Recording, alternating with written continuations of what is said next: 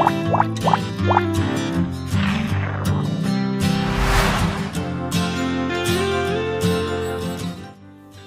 Students, how are you? Welcome to ईसरल। आशा करता हूं आप सभी स्वस्थ हैं, मस्त हैं और अपनी पढ़ाई में लगे हुए हैं बच्चों। तो आज हम एक नया चैप्टर स्टार्ट करने वाले हैं बच्चों, that is human health and disease, जो कि बहुत ही इंपॉर्टेंट चैप्टर है from the NEET point of view. यदि पिछले 5-6 सालों को हम देखें तो लगातार इस चैप्टर से क्वेश्चंस पूछे जा रहे हैं and around 2 to 4 questions are asked every year from this chapter, ज्यादा भी हो सकते हैं बच्चों। तो ध्यान से हमें इस चैप्टर को पढ़ना है। तो let's start with the chapter human health and disease. तो बच्चों, जैसा कि हम हर चैप्टर की शुरुआत में उस चैप्टर के नाम में जो टर्म्स होते हैं उनके बारे में जानते हैं, तो उसी तरह से आज क्योंकि पहला लेक्चर है इस चैप्टर का, तो आज इस चैप्टर के नाम में जो टर्म्स आ रहे हैं that is health and disease, इनके बारे में हम पहले बात करेंगे, इनके बारे में जानेंगे और फिर इस चैप्टर में आगे बढ़ेंगे बच्चों। तो सबसे पहले हम बात करेंगे हेल्थ की, कि हम हेल्थ से समझते क्या हैं बच्चों, क्या मीनिंग है हेल्थ का। देखो, आज तो साइंस बहुत एडवांस कर चुकी है, तो हमें हेल्थ के बारे में बहुत नॉलेज है, हम समझते हैं कि हेल्थ क्या होती है। लेकिन ऐसा शुरुआत से नहीं रहा है बच्चों।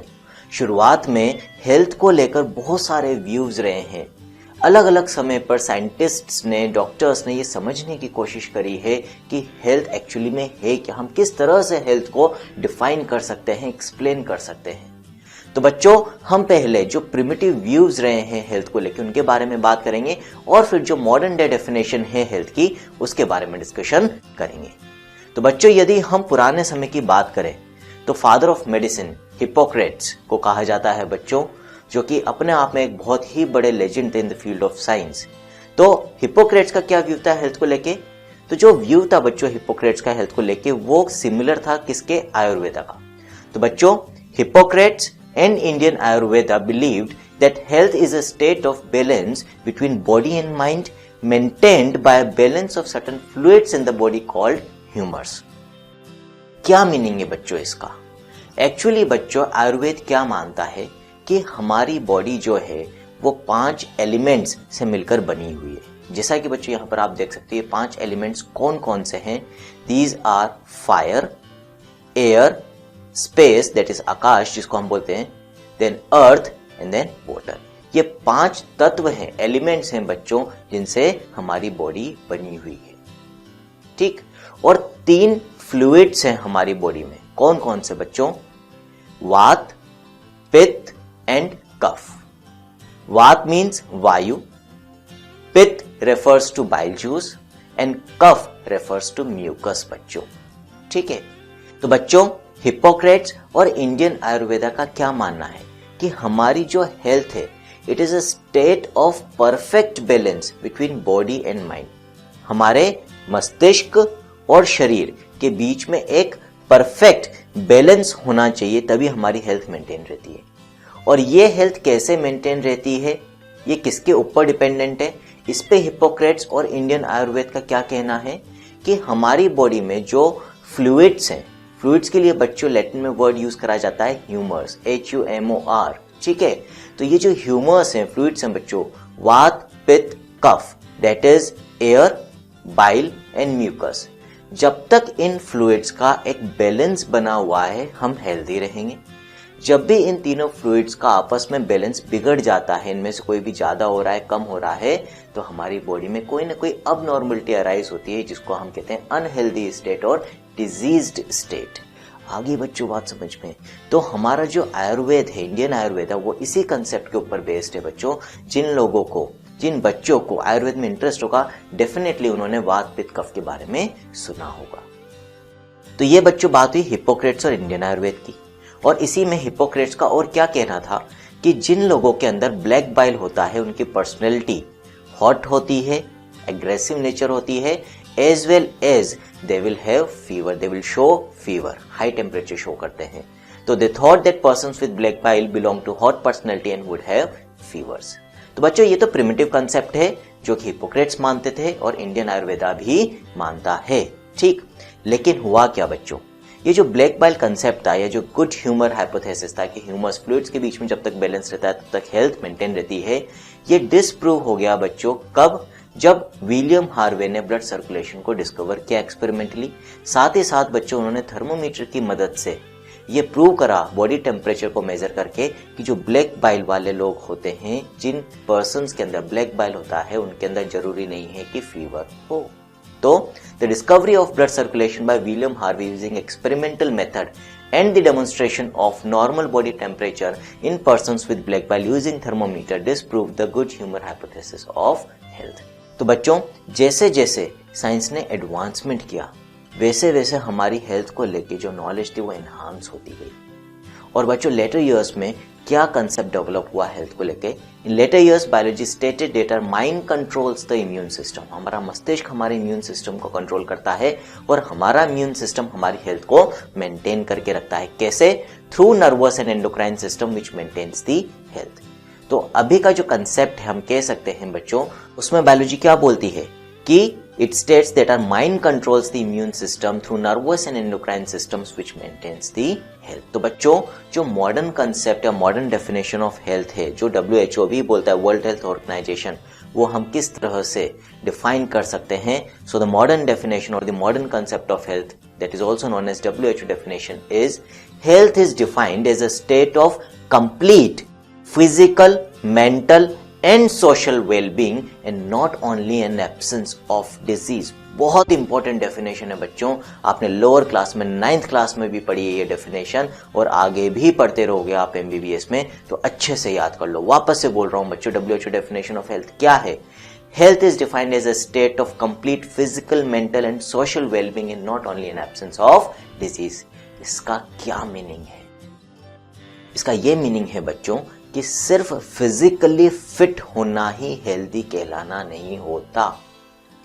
जो तीनों एस्पेक्ट्स हैं बच्चों हमारी पर्सनैलिटी के, कौन कौन से? Physical aspect, mental aspect and social aspect. ये तीनों सही होना जरूरी है, तभी हम बोल सकते हैं कि कोई पर्सन हेल्दी है। ठीक है?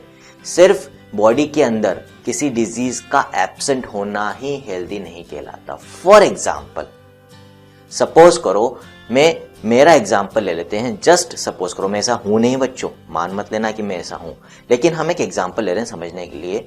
समझ लो कि मैं जो आपको पढ़ा रहा हूं अभी, अपना काम अच्छे से करता हूं, रोजाना आपको पढ़ाता भी हूं। ठीक है? ऑफिस भी आता हूं, घर के सारे काम भी कर लेता हूं, बाजार से कुछ लाना है वो भी ले आता हूं, तो ये सारे काम तो मैं कर रहा हूं। ठीक है? दिन भर दौड़ भाग भी कर रहा हूं और इसमें मुझे कोई तकलीफ नहीं हो रही। तो इसका मतलब क्या हुआ? मैं फिजिकली तो फिट हूं, लेकिन मैं क्या करता हूं?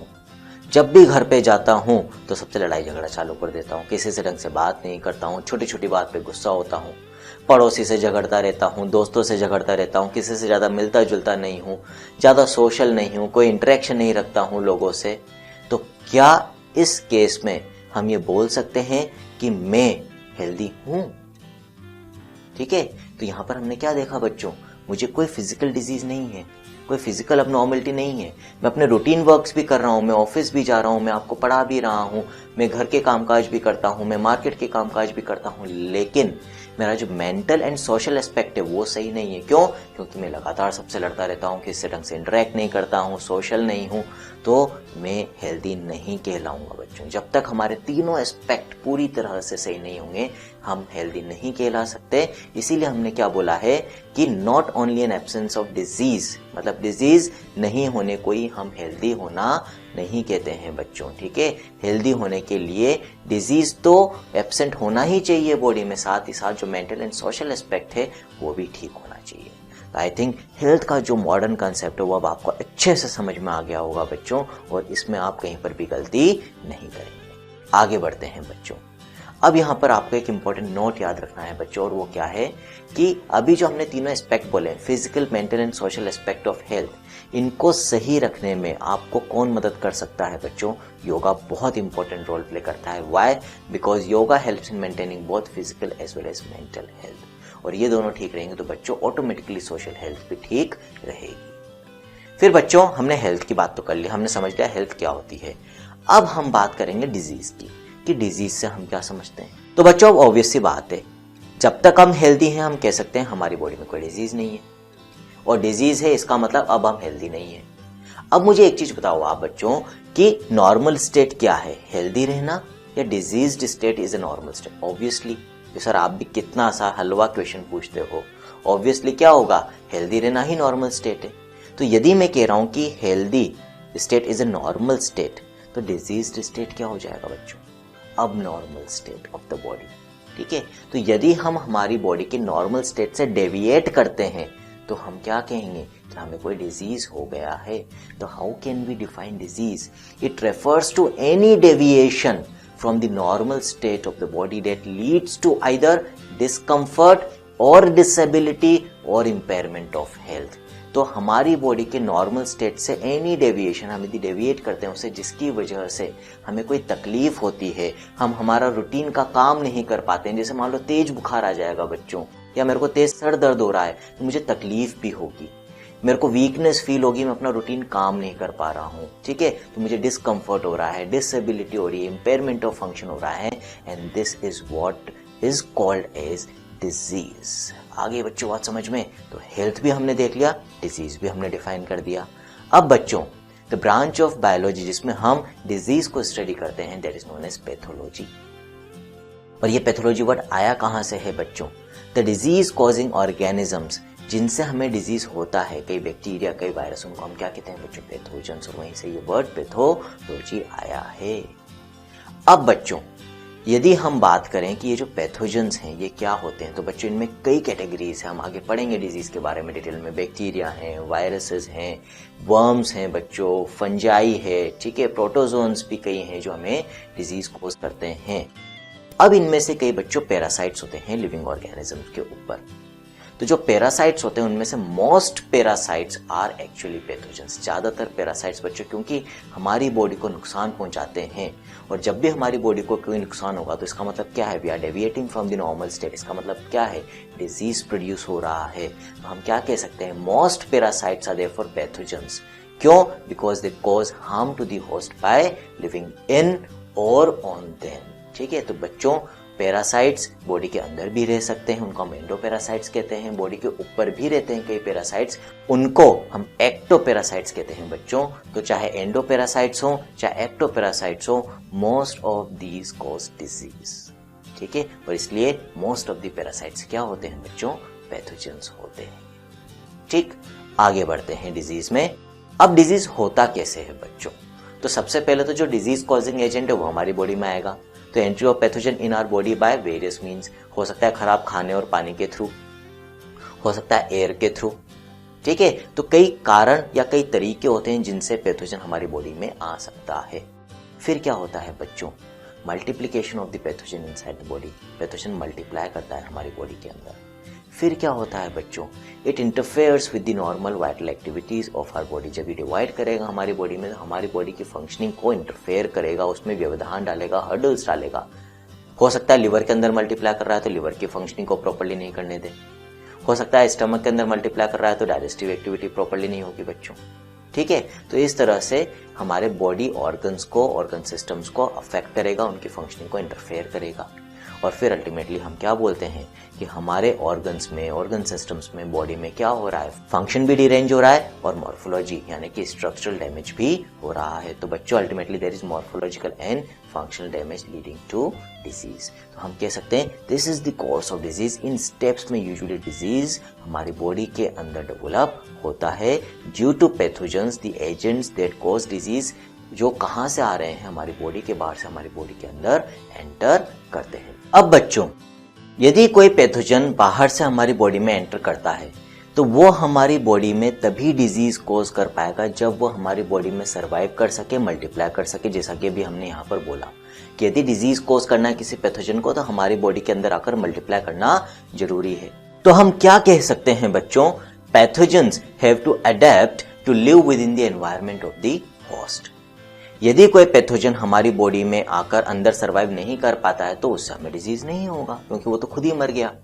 लेकिन यदि कोई पैथोजन हमारी बॉडी में सरवाइव कर पाता है और फिर मल्टीप्लाई कर पाता है तो उससे हमें डिजीज होगा। फॉर एग्जाम्पल बच्चों, यदि हम हमारे स्टमक की बात करें तो आपको पता है डाइजेशन एंड एब्जॉर्प्शन आप पहले भी पढ़ चुके हो कि हमारे स्टमक के अंदर हाइड्रोक्लोरिक एसिड का सिक्रीशन होता है, एसिडिक पीएच होता है, एसिडिक एनवायरनमेंट होता है जिसमें most of the organisms survive नहीं कर पाते, जो बाहर से फूड एंड वाटर के थ्रू हमारे स्टमक के अंदर पहुंचते हैं। लेकिन कई ऐसे ऑर्गेनिजम्स हैं बच्चों, फॉर एग्जांपल एक बैक्टीरिया है हेलिकोबैक्टर पाइलोराई, जो इस एसिडिक पीएच पे भी सर्वाइव कर सकता है। तो बच्चों, जो भी ऐसे पैथोजेंस होंगे जो इस एसिडिक पीएच पे सर्वाइव कर सकते हैं, जिन्होंने अपने आप को अडेप्ट कर लिया है to survive in this acidic pH of the gut of our stomach, वो हमें डिजीज कर पाएंगे बच्चों।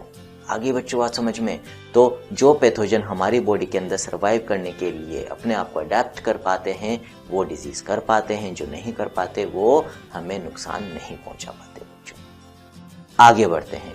अब बच्चों, जो डिजीजेज हैं इनको हम ब्रॉडली 2 कैटेगरीज के अंदर डिवाइड कर सकते हैं। कौन कौन सी? फर्स्ट कैटेगरी इज इन्फेक्शियस और कम्युनिकेबल डिजीजेज, और दूसरी कैटेगरी क्या है बच्चों? नॉन इन्फेक्शियस और नॉन कम्युनिकेबल डिजीजेज। एक एक करके दोनों के बारे में बात करेंगे। पहले हम बात करते हैं बच्चों इन्फेक्शियस और कम्युनिकेबल डिजीजेज। क्या होते हैं ये? These are transmitted from one person to another. ऐसे डिजीजेस जो एक इंसान से दूसरे इंसान में स्प्रेड हो सकते हैं, फैल सकते हैं, ट्रांसमिट हो सकते हैं, उनको हम कम्युनिकेबल डिजीजेज या इन्फेक्शियस डिजीजेस कहते हैं। फॉर एग्जाम्पल बच्चों, जब आप अपने क्लासरूम में बैठते हो तो यूजुअली एक ही बेंच के ऊपर 2 या 3 स्टूडेंट्स होते हैं, और आपने देखा होगा कि जब इन 2-3 स्टूडेंट्स में से, आपके फ्रेंड्स में से किसी को फ्लू होता है, खांसी जुकाम होता है, कॉमन कोल्ड होता है, तो यूजुअली उसके आसपास जो लोग बैठते हैं अगले 2-3 दिन में उनमें से भी किसी न किसी को वो खांसी जुकाम हो जाता है। इसका मतलब क्या हुआ? वहां पर आपके फ्रेंड से आपको या आपके किसी दूसरे फ्रेंड को क्या स्प्रेड हो गया है? खांसी जुकाम का इन्फेक्शन स्प्रेड हो गया है। तो वहां पे वो जो कॉमन कोल्ड है, जो फ्लू है, वो बच्चों एक तरह से क्या है? इन्फेक्शियस या कम्युनिकेबल डिजीज का एग्जाम्पल है। ठीक है, तो ये जो इन्फेक्शियस या कम्युनिकेबल डिजीज हैं ये डिफरेंट मेथड्स से, डिफरेंट मीन्स से, जैसे यदि हमने कॉमन कोल्ड की बात करी तो वो कैसे स्प्रेड हुआ बच्चों? जब आपके फ्रेंड ने स्नीज किया, छींका, बिकॉज ऑफ कॉमन कोल्ड, वो बीमार है, तो उसकी जो ड्रॉपलेट्स थी, जो उसकी रेस्पिरेटरी ट्रैक्ट आई, वो एयर के थ्रू आपकी रेस्पिरेटरी ट्रैक्ट में एंटर करके उसको इन्फेक्ट कर रही है। तो इस तरह से डिफरेंट मीन से हो सकता है फूड एंड वाटर के थ्रू कई डिजीजेस स्प्रेड होते हैं, और भी अभी हम कई मीन्स देखेंगे जिनकी मदद से इनका ट्रांसमिशन होता है। तो समझ में आ गया कंसेप्ट? ऐसे डिजीजेस जो एक पर्सन से दूसरे में ट्रांसमिट हो सकते हैं उन्हें ही हम इन्फेक्शियस या कम्युनिकेबल बोलते हैं। अब इन इन्फेक्शियस डिजीजेस को कोज करने वाले जो ऑर्गेनिजम्स होते हैं उनको क्या कहते हैं बच्चों? हम पैथोजेंस कहते हैं। तो organisms which cause infectious diseases are called as pathogens. Common pathogens कौन कौन से हैं जिनसे यूजुअली हमें डिजीज होते हैं? These include bacteria, these include viruses, these include worms जिनको हम हेलमिन्थ्स भी कहते हैं बच्चों, प्रोटोजोआंस एंड फंजाई। तो these are 5 major categories of pathogens जिनसे कॉमनली हमें डिजीज होते हैं बच्चों। अब ये जो पैथोजेंस हैं बच्चों अलग अलग तरीके से हमारी बॉडी के अंदर एंटर कर सकते हैं या एक इंसान से दूसरे में ट्रांसमिट हो सकते हैं। तो क्या क्या मीन्स होते हैं या मेथड्स होते हैं या रूट्स होते हैं स्प्रेड ऑफ दिस पैथोजेंस के, वो देख लेते हैं। तो these pathogens can enter the body through various routes और मेथड्स लाइक, एक अपने आप में बहुत इंपॉर्टेंट और बहुत ही common method of spread of pathogens है बच्चों, कंटेमिनेटेड फूड एंड वाटर। ऐसा फूड एंड वाटर जो कंटेमिनेटेड है, खराब है, जिसके अंदर पैथोजेंस प्रेजेंट हैं। ठीक है, तो यदि हम कोई खराब खाना खा लें जो ऑलरेडी बैक्टीरिया से इन्फेक्टेड है तो हमें भी बैक्टीरियल इन्फेक्शन हो सकता है, जिसकी वजह से डायरिया, दस्त लग सकते हैं बच्चों। तो ये एक तरीका हो गया थ्रू फूड एंड वाटर। दूसरा अभी मैंने एग्जांपल दिया था कॉमन कोल्ड का, वहां पर वो किसके थ्रू स्प्रेड हो रहा था बच्चों? ड्रॉपलेट्स जो थी वो एयर के थ्रू जा रही थी, तो एयरबोर्न या ड्रॉपलेट इन्फेक्शन हो सकता है। तीसरा मेथड बच्चों क्या हो सकता है? Through sexual contact. तो बच्चों जब 2 इंसानों के बीच में सेक्सुअल कॉन्टैक्ट होता है तो उनके जो बॉडी फ्लूइड्स हैं वो आपस में कॉन्टैक्ट में आते हैं। ड्यूरिंग द सेक्सुअल एक्ट जो एक्सटर्नल जेनिटल ऑर्गन्स होती है, जो रिप्रोडक्टिव ऑर्गन्स होती है, वहां से सेक्रीशंस निकलते हैं जो एक दूसरे की बॉडी के कॉन्टैक्ट में आते हैं, जिनके थ्रू ही पैथोजेंस का स्प्रेड हो सकता है। इनमें बहुत ही कॉमन और इंपॉर्टेंट एग्जांपल है बच्चों HIV infection, human immunodeficiency virus infection, जिसका अभी तक हमारे पास कोई क्योर नहीं है। देन बच्चों diseases can also spread through fomites, जो इन्फेक्शियस या कम्युनिकेबल डिजीजेज हैं बच्चों, फोमाइट्स के थ्रू भी स्प्रेड हो सकते हैं। Now what are fomites? Fomites are non living objects like towels, utensils, door knobs, ये सब फोमाइट्स में आते हैं। समझाने के लिए आगे एक एग्जांपल लेते हैं। मान लो बच्चों आपकी क्लास में किसी को common cold, again common cold पकड़ लेते हैं हम, तो हो रहा है, उसको छींक आई, छींकना उसको अच्छे से आता नहीं है, उसने मैनर्स को फॉलो, एटिकेट्स को फॉलो नहीं करा, उसने कैसे छींका?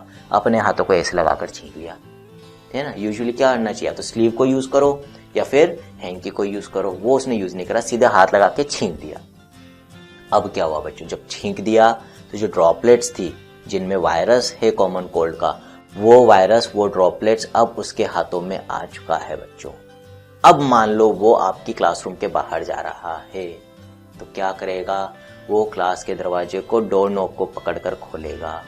जब डोर नॉब को पकड़ेगा तो उसकी पाम में, उसके हाथ में जो ड्रॉपलेट्स थी जिनमें वायरस है, वो अब किस पे ट्रांसफर हो गए बच्चों? डोर नॉब के ऊपर। अब सपोज करो आपको भी रूम के बाहर जाना है, उसके पीछे पीछे आप भी निकल लिए, तो आप भी अब उसी डोर नॉब को पकड़कर फिर से उस दरवाजे को खोलोगे। अब वो वायरस आपके हाथ पे आ गया और सपोज करो आपने बाहर जाकर अपना चेहरा इस तरह से पोंछ लिया, तो अब वो ड्रॉपलेट्स एयर के थ्रू बच्चों किस में एंटर कर जाएगी? आपकी नाक में एंटर कर जाएगी और आपको भी इन्फेक्शन हो जाएगा। आपके लिप्स पे भी लग सकता है और हो सकता है कुछ भी खाओगे तो उसके थ्रू अगेन वो वायरस आपकी ट्रैक्ट के अंदर चला जाएगा, जहां से आपकी रेस्पिरेटरी ट्रैक्ट को वो इन्फेक्ट कर सकता है। तो फोमाइट्स के थ्रू भी इन्फेक्शन स्प्रेड होते हैं बच्चों। फिर थ्रू वेक्टर्स, फॉर एग्जाम्पल इसका बहुत कॉमन एग्जाम्पल है बच्चों मलेरिया। वेक्टर का मतलब होता है व्हीकल, तो कोई ऐसा ऑर्गेनिज्म जो पैथोजेंस को कैरी करता है from one person to another, transfer करने का काम करता है। तो बच्चों मलेरिया में क्या होता है? जो पॉजिटिव एजेंट है, जो पैथोजन है, वो तो एक प्रोटोजोआ है, दैट इज प्लाज्मोडियम। लेकिन उसको एक इंसान से दूसरे इंसान में कौन ट्रांसमिट करता है? Female anopheles mosquito. डिटेल में देखेंगे आगे, तो वहां पर फीमेल एनोफिलीज मॉस्किटो क्या हो गई? वेक्टर हो गई। और बच्चों through blood and blood products भी हो सकता है। किसी इंसान को मान लो खून की जरूरत पड़ी, उसे खून चढ़ाया गया, लेकिन जिस इंसान का चढ़ाया गया मान लो उसमें ऑलरेडी किसी पैथोजन का इन्फेक्शन था, तो वो इन्फेक्शन उस ब्लड के थ्रू उस दूसरे पर्सन में जिसको खून चढ़ाया गया उसको भी ट्रांसमिट हो सकता है। तो ये भी एक तरीका हो सकता है इन्फेक्शियस डिजीज के ट्रांसमिशन का। आगे बच्चों बात समझ में? These are the various routes और methods through which these infectious diseases spread. अब बच्चों हम बात करेंगे नॉन इन्फेक्शियस और नॉन कम्युनिकेबल डिजीजेस की। तो जैसा कि नाम से पता चल रहा है, ये एक इंसान से दूसरे में ट्रांसमिट नहीं होते। These are not transmitted from person to person. For example hypertension, high blood pressure, ठीक है, डायबिटीज मेलाइटस जिसमें ब्लड शुगर लेवल बढ़ जाता है बच्चों, कैंसर्स। तो बच्चों ये सारे लाइफस्टाइल डिजीजेस के एग्जांपल्स हैं। यूजुअली हमारी खराब लाइफस्टाइल की वजह से ये डेवलप होते हैं हमारी बॉडी में, लेकिन एक पर्सन से दूसरे में ट्रांसमिट नहीं हो सकते।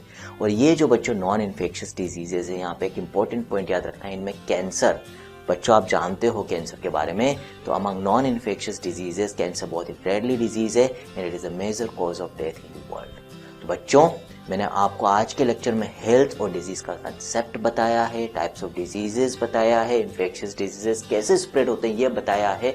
अब आगे इस चैप्टर में हम क्या पढ़ेंगे बच्चों? हम डिटेल में डिजीजेस के बारे में पढ़ेंगे, हमारी इम्यूनिटी के बारे में पढ़ेंगे, हमारा वो सिस्टम जो हमें डिजीज से हमें बचाता है, और फिर बाद में बच्चों हम कैंसर के बारे में, HIV एड्स के बारे में और ड्रग अब्यूज के बारे में भी बात करेंगे। तो अगेन बहुत ही इंटरेस्टिंग जर्नी होने वाली है। सो बी कनेक्टेड। Thank you.